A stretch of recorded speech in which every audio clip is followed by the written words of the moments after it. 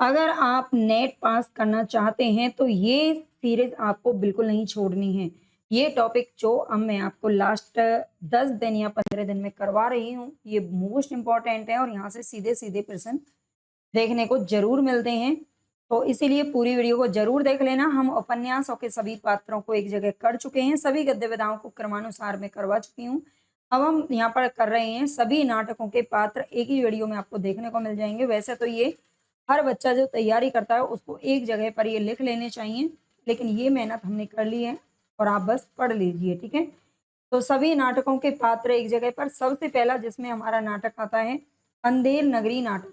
अंधेर नगरी आप जानते हैं भारतेंदु जी का नाटक है, 1881 में प्रकाशित हुआ था और इस प्रहसन में कुल 28 पात्र हैं। अंधेर नगरी नाटक के इसे प्रहसन क्यों कहा गया है? ये खुद भारतेंदु जी ने कहा है कि ये प्रहसन है और अंधेर नगरी जो नाटक है ये किस शैली में है नाटक की, तो ये प्रहसन है, ये आपको याद रखना है, ठीक है? जबकि भारत दुर्दशा को लास्य नाटक का है। नाटक के सभी पात्रों को देखेंगे। सबसे पहला जो पात्र है वो है महंत। एक महंत होता है इसमें जो साधु है। गोवर्धन दास और नारायण दास दोनों इसके महंत के शिष्य हैं। जबकि गोवर्धन दास किस प्रकार का है? लोभी शिष्य है। ठीक है, गोवर्धन गोवर्धन में जो लोग लोभी होते हैं ना वो नहीं जाते हैं। लोभी शिष्य है कौन? गोवर्धन।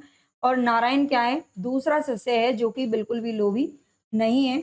कबाब वाला कबाब बेचने वाला घासीराम, चना बेचने वाला होता है नारंगी वाला नारंगी, हलवाई मिठाई बेचता है, कुंजड़िन सब्जी बेचती है, मुगल मेवे और फल बेचने वाला कौन है? मुगल है। पाचक वाला चूरन विक्रेता, मछली वाली मछली बेचती है, जात वाला जाति बेचता है, राजा चौपट राजा है ना, जैसा कि हमारे देश के अभी हो रहा है। और आगे है मंत्री, चौपट राजा का मंत्री, दो नौकर राजा के दो नौकर और फरियादी राजा से न्याय मांगने वाला है। ठीक है, चौपट राजा, मंत्री इसके दो नौकर हैं राजा के और फरियादी जो कि राजा से न्याय मांगने के लिए आता है जिसकी बकरी मर जाती है।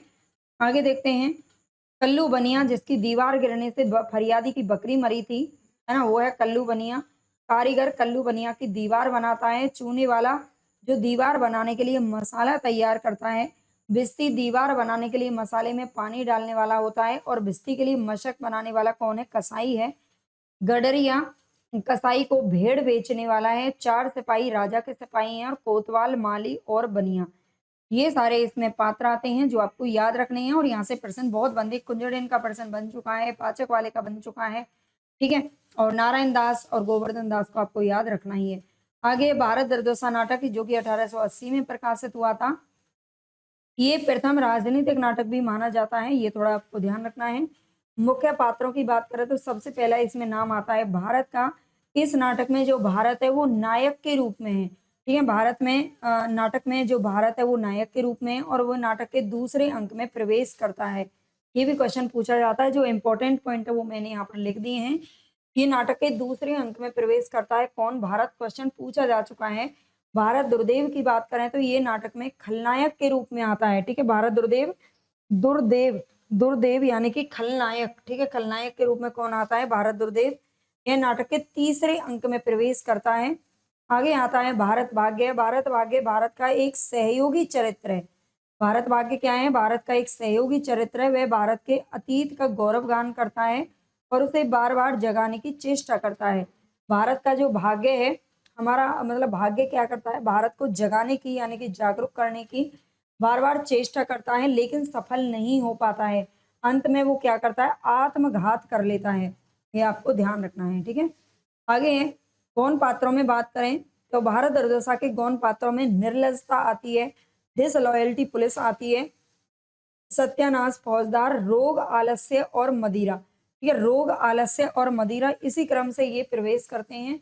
रोग मेहर्द कर मध्य आलस अंधकार अपव्यय अदालत फैशन और सिफारिश फूट डहा लोभ भय उपेक्षा स्वार्थ प्रताप पक्षपात हट शोक आश्रय भाजन और निर्बलता बंगाली महाराष्ट्रीय एडिटर और देसी महानुभाव, ये 6 लोगों की एक कमेटी बनती है उसके हैं। ठीक है, तो ये सारे गौण पात्रों में आते हैं और ये गौण पात्रों से प्रश्न आजकल खूब बनते हैं। ठीक है, अगर आपको ये वीडियो अच्छी लगे, आप नए हो चैनल पर तो सब्सक्राइब जरूर कर लेना।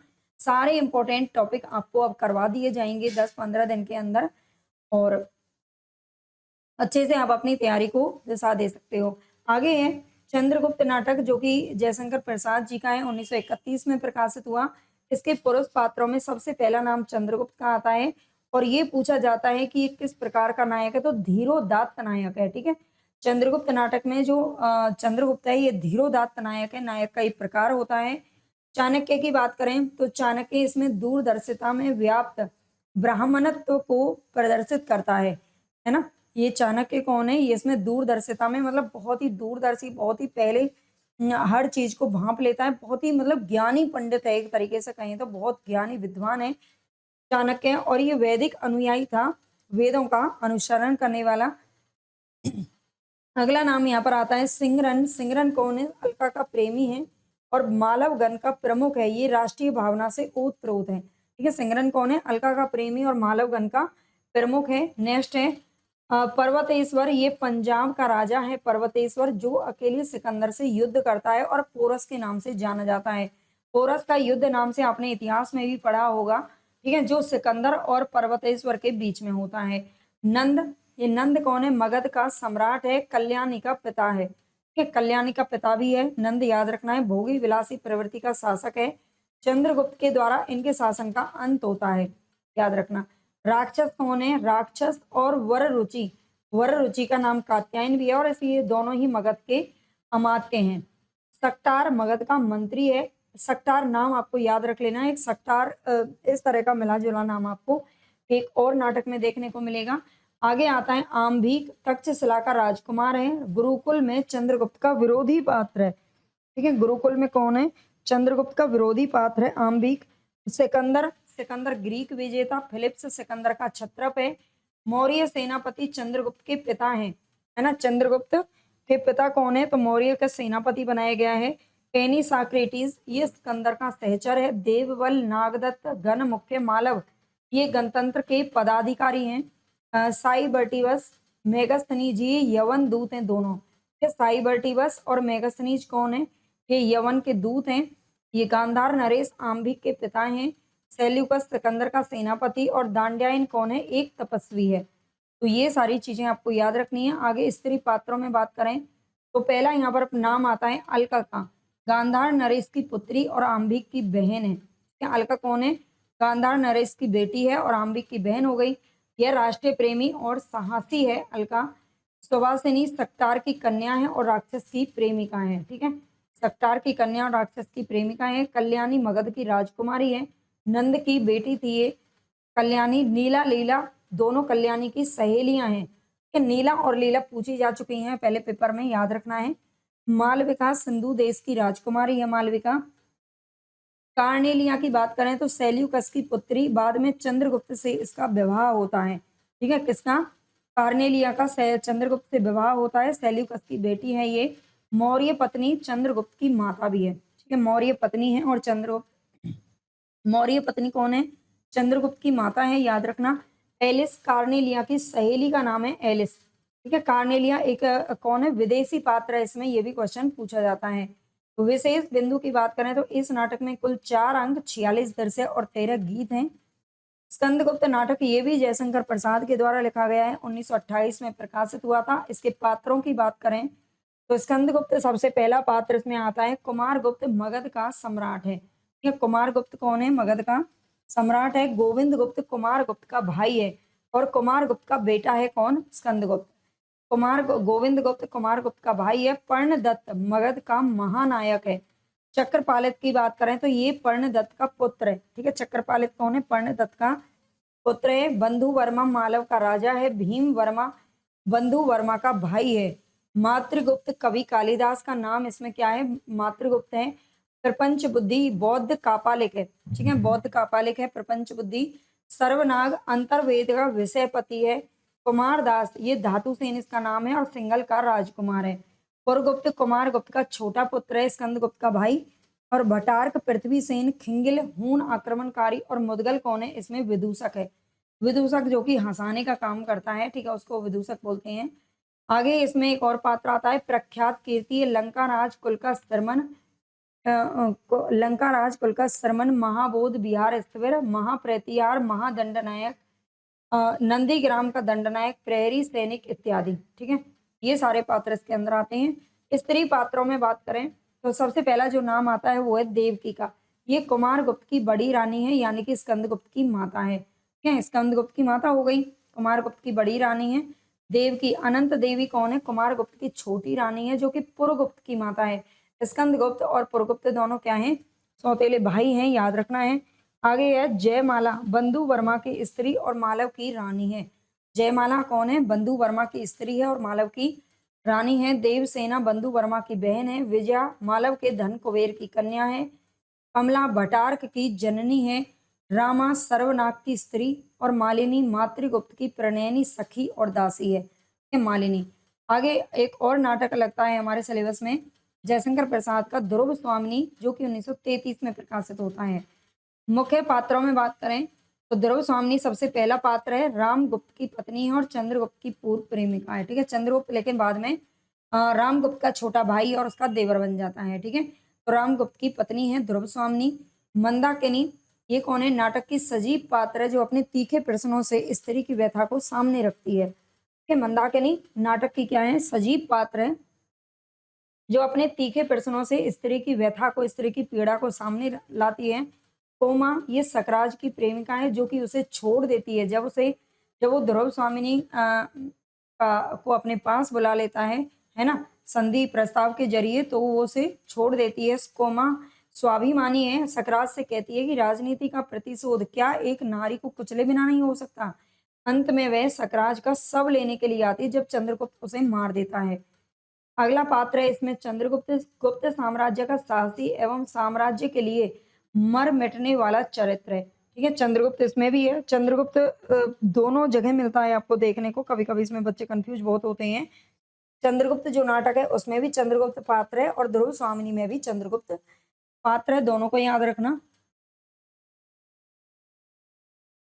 रामगुप्त का छोटा भाई है, परंतु उसके चरित्र के बिल्कुल विपरीत है। ठीक है, जो चंद्रगुप्त और रामगुप्त के पिता थे, वो चंद्रगुप्त को ही अपना उत्तराधिकारी बनाना चाहते थे, लेकिन रामगुप्त मतलब जबरदस्ती अपने आप को साम्राज्य का उत्तराधिकार बना देता है। ठीक है, आगे है रामगुप्त का बात करें तो गुप्त साम्राज्य का शासक है, जो पिता द्वारा अयोग्य घोषित किए जाने के बावजूद भी छल कपट से राजा बन जाता है। नेक्स्ट इसमें जो पात्र आता है वो है शिखर स्वामी, रामगुप्त का सहयोगी एवं गुप्त साम्राज्य का अमात्य है। रामगुप्त के निर्णय को ये धर्म नीति की आड़ में सही बताने वाला ये अवसरवादी, कुटिल, धूर्त एवं अयोग्य अमात्य है। ठीक है, क्या करता है? रामगुप्त के निर्णय को सही बताता है। पुरोहित की बात करें तो एक दृढ़ एवं सत्यनिष्ठ चरित्र है, जिसे धर्म की सच्ची व्याख्या करने में कोई भय नहीं है पुरोहित को। नेक्स्ट इसमें पात्र का नाम आता है सकराज। देखो सकटार किसमें था? चंद्रगुप्त नाटक में था। सकटार अलग है और सकराज अलग है ना, दोनों का नाम थोड़ा मिलता जुलता है, इसीलिए कंफ्यूजन हो जाता है। तो सकराज किसमें? ध्रुव स्वामिनी में। और ये स्वार्थी एवं विलासी प्रवृत्ति का शासक है, ध्रुव स्वामिनी की चाह रखता है, स्त्री को महज एक वस्तु समझता है, भाग्यवादी है एवं मंगल अमंगल पर विश्वास भी रखता है। कौन? सकराज। अगला पात्र है इसमें खंगल, रामगुप्त के यहाँ सकराज का संधि प्रस्ताव लेकर जाने वाला है। कौन? खिंगल। रामगुप्त के यहाँ पर सकराज का क्या लेकर जाता है? संधि प्रस्ताव लेके जाता है। मिहिर देव, मिहिर देव कौन है? कोमा के पिता हैं और शक साम्राज्य के आचार्य हैं। क्या? मिहिर देव कोमा, कोमा के क्या हैं? पिता हैं और शक साम्राज्य के आचार्य हैं। कौन पात्रों में? कोबड़ा, बोना, हिजड़ा, प्रतिहारी, सामंत कुमार, खड़गधारिणी, खड़गधारिणी पूछा जाता है, शक सामंत और दासी नर्तकियां। विशेष बिंदु की बात करें तो रंगमंच की दृष्टि से जयशंकर प्रसाद की सबसे सफल नाट्य कृति है कौन सा? ध्रुव स्वामिनी, लेकिन रामचंद्र शुक्ल जी ने चंद्रगुप्त को माना है। ठीक है, अंधा युग नाटक की बात करें तो ये 1955 में प्रकाशित होता है। इसके पात्रों में सबसे पहला जो नाम आता है वो है अश्वत्थामा। अश्वत्थामा कौन है? ये गुरु द्रोणाचार्य का पुत्र है, जो महाभारत का पात्र है। ठीक है, गुरु द्रोण का पुत्र है अश्वत्थामा, दुर्योधन का मित्र है, लेकिन कृष्ण तथा पांडवों से शत्रुता का संबंध रखने वाला है। जो सीधी सी बात है, जो दुर्योधन के मित्र थे वो पांडवों से क्या रखते थे? बैर रखते थे। आगे है कृष्ण, पौराणिक कथा से भिन्न मानवीय रूप में चित्रित प्रभु की छवि है। गांधारी धृतराष्ट्र की पत्नी और कौरवों की मां है। धृतराष्ट्र जन्म से अंधे हैं, हस्तिनापुर के राजा और पुत्र मोह में अंधा पिता है। कौरवों के पिता हैं ये। ठीक है, दुर्योधन का पिता कौन था? धृतराष्ट्र था, हस्तिनापुर का राजा है। कृतवर्मा की बात करें तो युद्ध के बाद ये जीवित रहने वाला था कृतवर्मा। ये कौरवों की ओर से युद्ध लड़ा था। संजय कौन है? व्यास के द्वारा इसको दिव्य दृष्टि प्रदान की गई थी, ताकि ये महाभारत के युद्ध का आंखों देखा जो वृत्तांत है वो धृतराष्ट्र को सुना सके। ठीक है, ये महल में बैठे बैठे भी जो कुछ भी वहां पर रणभूमि में हो रहा था सब कुछ ये जो संजय था अपनी दिव्य दृष्टि से देख करके इसको बता दिया करता था धृतराष्ट्र को अंदर बैठे बैठे, क्योंकि वो देख नहीं सकता था और वहां जा भी नहीं सकता था। ठीक है, तो ये आपको याद रखना है। अगला पात्र इसमें आता है विरुद्ध याचक। ये एक कल्पित पात्र है जो कौरव की विजय की भविष्यवाणी करता है, लेकिन भविष्यवाणी झूठी हो जाती है। ठीक है, कौरवों की विजय की भविष्यवाणी करता है कि तुम्हारी विजय होगी, लेकिन वो तो हार जाते हैं। बाद में अश्वत्थामा इसकी हत्या कर देता है। ठीक है, विरुद्ध याचक की क्या कर देता है? हत्या। युयुत्सु धृतराष्ट्र का दासी से उत्पन्न पुत्र है जो युद्ध में पांडवों की तरफ से लड़ता है और युद्ध के अंत तक बचा रहता है। युयुत्सु किसकी तरफ से लड़ता है? ये क्वेश्चन इंपॉर्टेंट है कि पांडवों की तरफ से लड़ता है धृतराष्ट्र का बेटा होने के बावजूद भी। विदुर। विदुर कौन है? ये गांधीवादी पात्र है, यानी कि अहिंसा के रास्ते पर चलता है, सच्चाई और अहिंसा के रास्ते पर कृष्ण भक्त है, कुशल राजनीतिज्ञ है। धृतराष्ट्र को समझाने का बहुत प्रयास करता है लेकिन नहीं मानता, तो ये रणभूमि में किसी का भी साथ नहीं देता, यानी कि युद्ध लड़ने के लिए अपने महल से बाहर ही नहीं निकलता है। ठीक है, युद्ध नहीं करते हैं। कौन? विदुर। गौण पात्रों में बात करें तो इसमें प्रहरी 1 युधिष्ठिर। युधिष्ठिर गौण पात्रों में जरा याद रखना। ठीक है, प्रहरी 2 भीम, भीम व्यास, गूंगा भिखारी, कृपाचार्य और बलराम, ये सारे गौण पात्रों में शामिल हैं। नेक्स्ट है विशेष बिंदु की बात करें तो इस नाटक में केवल एक ही स्त्री पात्र है जिसका नाम है गांधारी, जो आंखों पर पट्टी बांध के रहती है। सिंदूर की होली। अगला नाटक यहाँ पर आता है हमारा सिंदूर की होली। इसके मुख्य पात्रों की बात करें तो मुरारी लाल का नाम सबसे पहले आता है, जो कि डिप्टी कलेक्टर है, जो स्वभाव से भ्रष्ट, धोखेबाज और चरित्रहीन है। ठीक है, जैसे लोगों का आज के समय पे भी बोलबाला है। मुरारी लाल डिप्टी कलेक्टर है, याद रखना। रजनीकांत कौन है? ये ईमानदार, निर्भीक और कर्तव्यनिष्ठ पात्र है रजनीकांत, जिसके ना होते हुए भी पूरा नाटक इसी के केंद्र में घूमता है। रजनीकांत जो एक्टर है उससे आप थोड़ा सा रिलेट कर सकते हो यहाँ पर। ठीक है, रजनीकांत किस में आता है? सिंदूर की होली में। और ईमानदार, निर्भीक और कर्तव्यनिष्ठ है। चंद्रकला इससे क्या करती है? प्रेम करती है। मनोरमा, ये विधवा वैधत्व को झेल रही तर्कशील नारी पात्र है। ठीक है, जो मनोरमा है ये विधवा वैधत्व को झेल रही एक तर्कशील नारी पात्र है। मनोज शंकर की बात करें तो मनोज शंकर ये बांसुरी बजाता रहता है। ठीक है, जो मनोज शंकर है ये बांसुरी बजाता रहता है और पिता की मौत के कारणों को नहीं जान पाने के कारण मानसिक रूप से विक्षिप्त सा रहता है, मतलब पागल सा हो जाता है। अपने इसके पिता की मृत्यु हो जाती है और उसकी मृत्यु का कारण भी पता नहीं चलता कि किस कारण हुई, तो ये बिल्कुल पागल सा हो जाता है। मनोज शंकर अपना मानसिक संतुलन खो बैठता है और ये भी एक तर्कशील प्राणी है। चंद्रकला। चंद्रकला मुरारी लाल की पुत्री है जिसे रजनीकांत से प्रेम होता है। रजनीकांत की मृत्यु पर वह क्षोभ से भर जाती है और मरणासन्न पड़े, यानी कि रजनीकांत के मरने के बाद भी हाथों से अपनी मांग में सिंदूर भर लेती है। ठीक है, यही सिंदूर की होली, यही इसका शीर्षक है। भगवंत सिंह। भगवंत सिंह कौन है? जमींदार है जो रजनीकांत की हत्या करवा देता है, हत्या करवाता है और उसका सहायक रहता है। हरनंदन कौन है? रजनीकांत की हत्या में ये भी सहायक है हरनंदन। और इसके बाद एक और पात्र डॉक्टर। गौण पात्रों की बात करें तो माहिर अली, हरनंदन व कुछ और जन इसमें शामिल हैं। आधे अधूरे नाटक। आधे अधूरे नाटक ये इसके पात्रों को देखते हैं, जो कि मोहन राकेश जी का नाटक है, बहुत ही इंपॉर्टेंट है। काले सूट वाला आदमी, सबसे पहला जो इसमें पात्र है वो है काले सूट वाला आदमी। तो ये नाटक का मंचन होता है तो सबसे पहले काला सूट पहन के एक आदमी आता है, जो कि पुरुष 1, 2, 3 और 4 की भूमिकाओं में भी है, यानी कि इसमें पुरुष तो एक ही है लेकिन सारे रोल वही निभाता है ना, जैसे कि होता है फिल्मों में और उसमें आपने देखा होगा कभी कभी। ठीक है, एक ही पुरुष है जो कि अलग अलग भूमिकाओं में रहता है। पुरुष एक के रूप में वेशांतर। सबसे पहले जो पुरुष एक के रूप में जब ये आता है, प्रवेश करता है, तो क्या पहने रखता है? पतलून और कमीज पहने हुए है। पतलून और कमीज, यानी कि पतलून और कमीज किसकी निशानी है? गरीबी की। किसकी निशानी है? गरीबी की है ना। भाई अमीर तो सूट वूट पहन के रखते हैं, तो गरीबी की निशानी है और इसलिए पतलून कमीज पहनता है कौन? महेंद्र नाथ। महेंद्रनाथ के रूप में आता है और ये यहाँ पर आर्थिक स्थिति से जूझ रहा है, इसके पास कोई काम धाम नहीं है। आगे पुरुष 2 के रूप में जब ये प्रवेश करता है तो पतलून तो नीचे नीचे तो पतलून है, चारों में नीचे पतलून है, इसमें भी आपको कहीं न कहीं क्वेश्चन में देखने को मिल सकता है।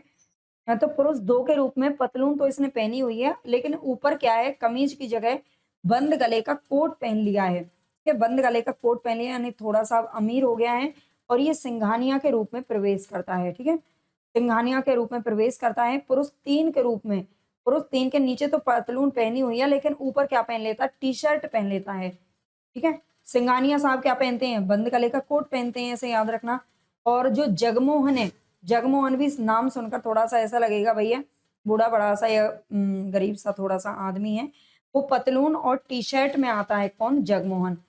आगे आता है पुरुष 4 के रूप में, पतलून के साथ में पुरानी काट का लंबा कोट पहने हुए हैं। ठीक है, और ये जुनेजा के रूप में सामने आता है, पुरुष 4 के रूप में। पतलून चारों में पहनी हुई है, याद रखना। पहले में कमीज पहन के आता है महेंद्रनाथ, दूसरे में बंदगला का कोट सिंघानिया, फिर टी-शर्ट कौन पहनता है, जगमोहन, और फिर पुरानी काट का लंबा कोट कौन पहनता है, तो जुनेजा पहन लेता है। अगला अगला इसमें जो पात्र है वो है स्त्री। स्त्री का नाम है सावित्री, इसकी उम्र लगभग 40 के आसपास है। ये इस नाटक की केंद्रीय पात्र है। पुरुष एक महेंद्रनाथ की ये पत्नी है और एक पूर्ण मनुष्य की तलाश में रहती है। अगली इसकी बेटी है जिसका नाम है, मतलब बड़ी लड़की के नाम से जो इसमें आती है, उम्र 20 से ऊपर नहीं है इसकी, बिन्नी सावित्री की बड़ी बेटी है।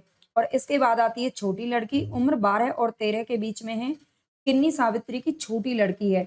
एक इसका लड़का है, मतलब 3 बच्चे हैं इनके। तो एक लड़का है जिसकी उम्र लगभग 21 के आसपास है और अशोक सावित्री का बेटा है, यानी कि सबसे बड़ा बेटा है, फिर बिन्नी है, फिर किन्नी है। नेक्स्ट है हमारा यहाँ पर जो नाटक आता है वो है आषाढ़ का एक दिन, 1958 में ये प्रकाशित होता है। मुख्य पात्रों की बात करें तो मल्लिका सबसे पहले इसमें किसका नाम आता है, तो मल्लिका का आता है, जो कि कालिदास की प्रेमिका है। विलोम से नफरत के बावजूद अंततः उससे इसे विवाह करना पड़ता है। ठीक है, याद रखना है। अगला यहाँ पर नाम आता है कालिदास का। ये मामा मातुल के द्वारा प्रतिपालित है यानी कि मामा मातुल ने इसका पालन पोषण किया था कालिदास का। इसने ऋतु संहार, कुमार संभव, मेघदूत और रघुवंश के रचयिता कालिदास हैं। अपना गांव छोड़कर ये घुटन महसूस करते हैं और अपनी सृजनशीलता भी खो देता है। अपना गांव छोड़कर जब इसे कश्मीर जाना पड़ता है तो ये अपनी क्या खो देता है, जो इसकी क्रिएटिविटी थी, यानी कि जो रचनाकार थे, रचना करने की जो कला थी, वो इसको मतलब कहीं ना कहीं खो जाती है। अगला यहाँ पर अंबिका मल्लिका की माँ है। मल्लिका और कालिदास के प्रेम से नाखुश है, मल्लिका का विवाह कराने को इच्छुक है। विलोम ये ग्राम पुरुष है, गांव का ही एक पुरुष है। विलोम कालिदास के समक्ष प्रतिनायक के रूप में है। कालिदास के उज्जैनी जाने से पहले मल्लिका और कालिदास के विवाह का प्रस्ताव रखता है, कौन, विलोम, याद रखना है। लेकिन बाद में इसी से विवाह करना पड़ता है मल्लिका को।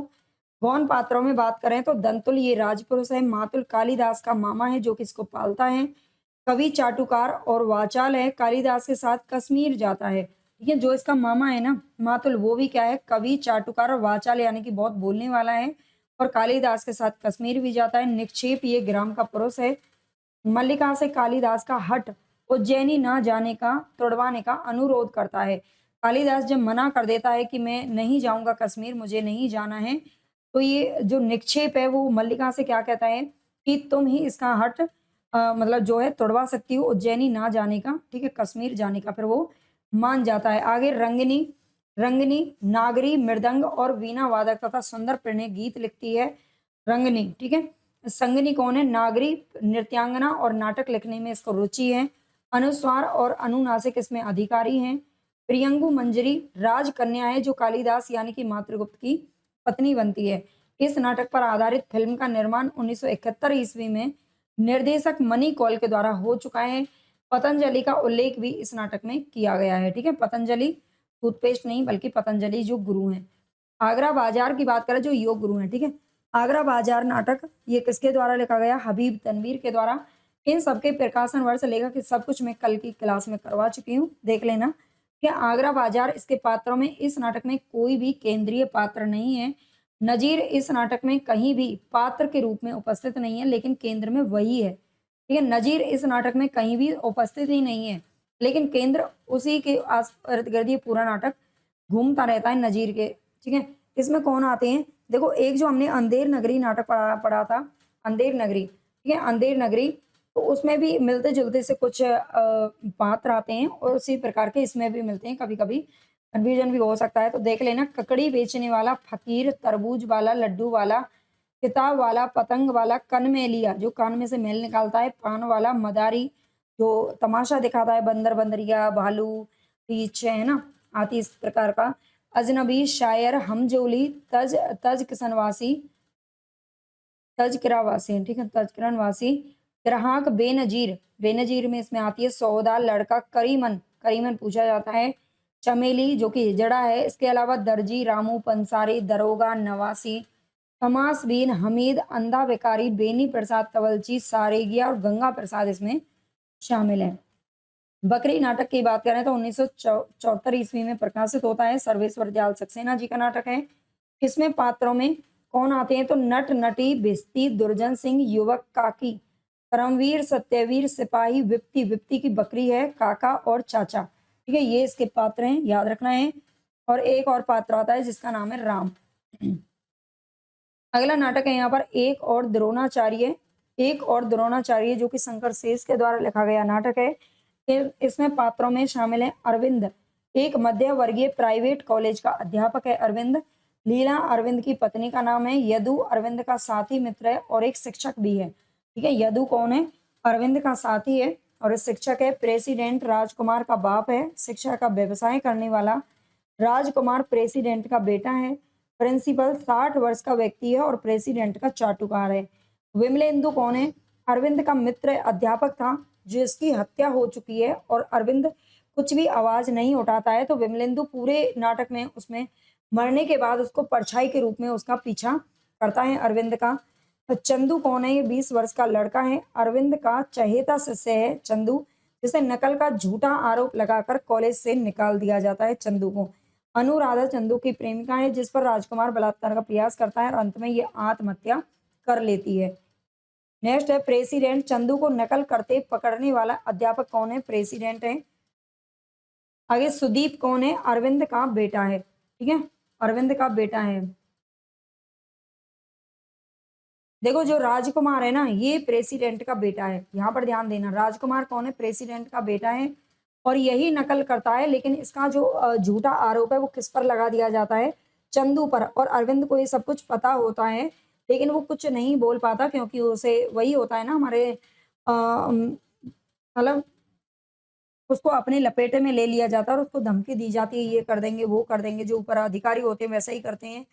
तो इस वजह से चंदू पर झूठा आरोप लगा दिया जाता है और इसको नकल पकड़ते मतलब नकल करते पकड़ने वाला जो अध्यापक है वो प्रेसिडेंट है। हालाँकि ये नकल नहीं कर रहा था, लेकिन झूठा आरोप लगाने के लिए इसने क्या है, कहा था, ठीक है? सुदीप अरविंद का बेटा है। महाभारत कालीन पात्रों में द्रोणाचार्य का नाम आता है सबसे पहले, गुरु द्रोणाचार्य। कृपी कौन है? द्रोण की पत्नी है और अश्वत्थामा की माता है, ठीक है? कृपी द्रोण की पत्नी और अश्वत्थामा की माता है। अश्वत्थामा कौन है? द्रोणाचार्य और कृपी का बेटा है। अगला पात्र यहाँ पर आता है द्रुपद, भीष्म, अर्जुन, एकलव्य, युधिष्ठिर, धृष्टद्युम्न और सैनिक। ये सभी पात्र इसमें शामिल हैं जो कि महाभारत से लिए गए हैं। नेक्स्ट यहाँ पर नाटक का नाम है अंजो दीदी, जो कि उपेंद्र नाथ अस्क का नाटक है। प्रमुख पात्रों में इसके में अंजलि और अंजो दीदी अपने विचारों को दूसरों पर थोपने की मनोवृत्ति उसे संस्कार में मिली थी, ठीक है? अंजलि, जिसका नाम है अंजू दीदी के नाम से प्रसिद्ध है और अपने विचारों को दूसरों पर थोपने की मनोवृत्ति उसे संस्कार में मिली थी। वो कहती है कि मैं चाहती हूँ कि मेरा घर भी घड़ी की तरह चले, हम सब उसके पुर्जे बन जाएं और नियम पूर्वक अपना अपना काम करते जाएं। अपनी एहवादियता द्वारा बनाई नियमबद्धता की कीमत वह जान देकर चुकाती है। यानी कि वो इतना अनुशासन में रखना चाहती है सबको, सबको अपने नियमों से, कायदे कानून से चलाना चाहती है। मतलब हर टाइम जो काम है वो उसे बिल्कुल परफेक्ट चाहिए, टाइम पर चाहिए सब कुछ, ठीक है? श्रीपत की बात करें तो ये अंजलि का भाई है। इस नाटक का सबसे जिंदा दिल पात्र यही है, श्रीपत। इंद्र नारायण अंजू का पति है, उसके दमन के शिकंजे में बुरी तरह से जकड़े हुए हैं। ठीक है? इंद्र नारायण उसके दमन में फंस जाता है और अंजू की मौत के बाद जीवन एक नई दिशा की ओर मुड़ता है। मौत के बाद ये सफल हो जाता है इंद्र नारायण। नीरज कौन है? अंजू का पुत्र है। नजीर नीरज का मित्र है। नीरज भी कहीं न कहीं आगे चलकर अपनी माता के स्वभाव का अनुसरण करता है और उसी के जैसा बन जाता है। ठीक है, नीरज। नजीर कौन है? नीरज का मित्र है। ओमी नीरज की पत्नी और अंजू की बहू है। नीलम नीरज और ओमी का पुत्र है। कौन? नीलम। ठीक है, अनीमा अंजू की सहेली का नाम है। गौण पात्र में कौन आते हैं? तो राज, वकील साहब, नौकर राजू और मुन्नी आते हैं। ठीक है, नौकर में राजू और मुन्नी आते हैं। महाभोज जो कि मन्नू भंडारी जी का नाटक है। उन मुख्य पात्रों में इसमें कौन आते हैं? तो दा साहब जो कि मुख्यमंत्री है। ठीक है, चीफ मिनिस्टर है दा साहब। बातों और ऊपरी व्यवहार में आदर्शवादी हैं, जैसे कि हर कोई नेता होता ही है, परंतु व्यवहार ठीक इसके बिल्कुल उल्टा होता है। बिसु की मौत को ये पहले आत्महत्या बताता है, फिर बिंदा के द्वारा हत्या इसको घोषित कर दिया जाता है। ठीक है, बिसु विशेषर, विशेषर इसका नाम है पूरा। हरिजनों का हमदर्द हमदर्द युवक है। बिंदा बिंदेश्वरी प्रसाद बिसु का पक्का मित्र है। कौन? बिंदा। लगभग 8 महीने की इनकी दोस्ती थी। ठीक है, बिंदा और बिसु की लगभग 8 महीने की दोस्ती थी। सक्सेना का कौन है? एसपी है। सक्सेना एसपी है। ईमानदार, सत्यनिष्ठ और करुणावान व्यक्तित्व है इसका। जोरावर सरोहा का जमींदार है और बड़ा ही अमीर किसान है जोरावर। दत्ता बाबू मसाल साप्ताहिक पत्रिका के संपादक है। दत्ता बाबू, दा साहब अलग याद रखना, वो चीफ मिनिस्टर हैं। और महेश दत्ता बाबू कौन है? मसाल साप्ताहिक पत्रिका के संपादक हैं। महेश दिल्ली से आया रिसर्च स्कॉलर और सूत्रधार है। गौण पात्रों में बात करें तो सुकुल बाबू भूतपूर्व मुख्यमंत्री, विरोधी पार्टी के नेता हैं। काशी सुकुल बाबू का विश्वसनीय कार्यकर्ता, इलेक्शन कमांडर हैं। अप्पा साहब सत्तारूढ़ पार्टी के अध्यक्ष हैं। पांडे जी दास साहब के निजी सचिव। लखन दास साहब का विश्वास पात्र। जमुना बहन ये दास साहब की पत्नी है और सिन्हा डीआईजी है। भवानी मसाल का सहायक संपादक है। नरोत्तम ईमानदार प्रेस रिपोर्टर है, सच्ची रिपोर्ट छपवाना चाहता है। रत्ती दास साहब का पीए है। मोहन सिंह सक्सेना का सहयोगी पुलिस कांस्टेबल है। और सक्सेना कौन था? एसपी। हीरा कौन है? बिरजू का बाप है। ठीक है, हीरा बिरजू का बाप है। रुकमा बिंदा की पत्नी है। भैरव सिंह सरोवा का थानेदार, जोरावर का चमचा है। लठैत जोरावर का आदमी है। लड़की कौन है? जोरावर की लड़की है और जोगेश्वर साहू सरोहा का बनिया है।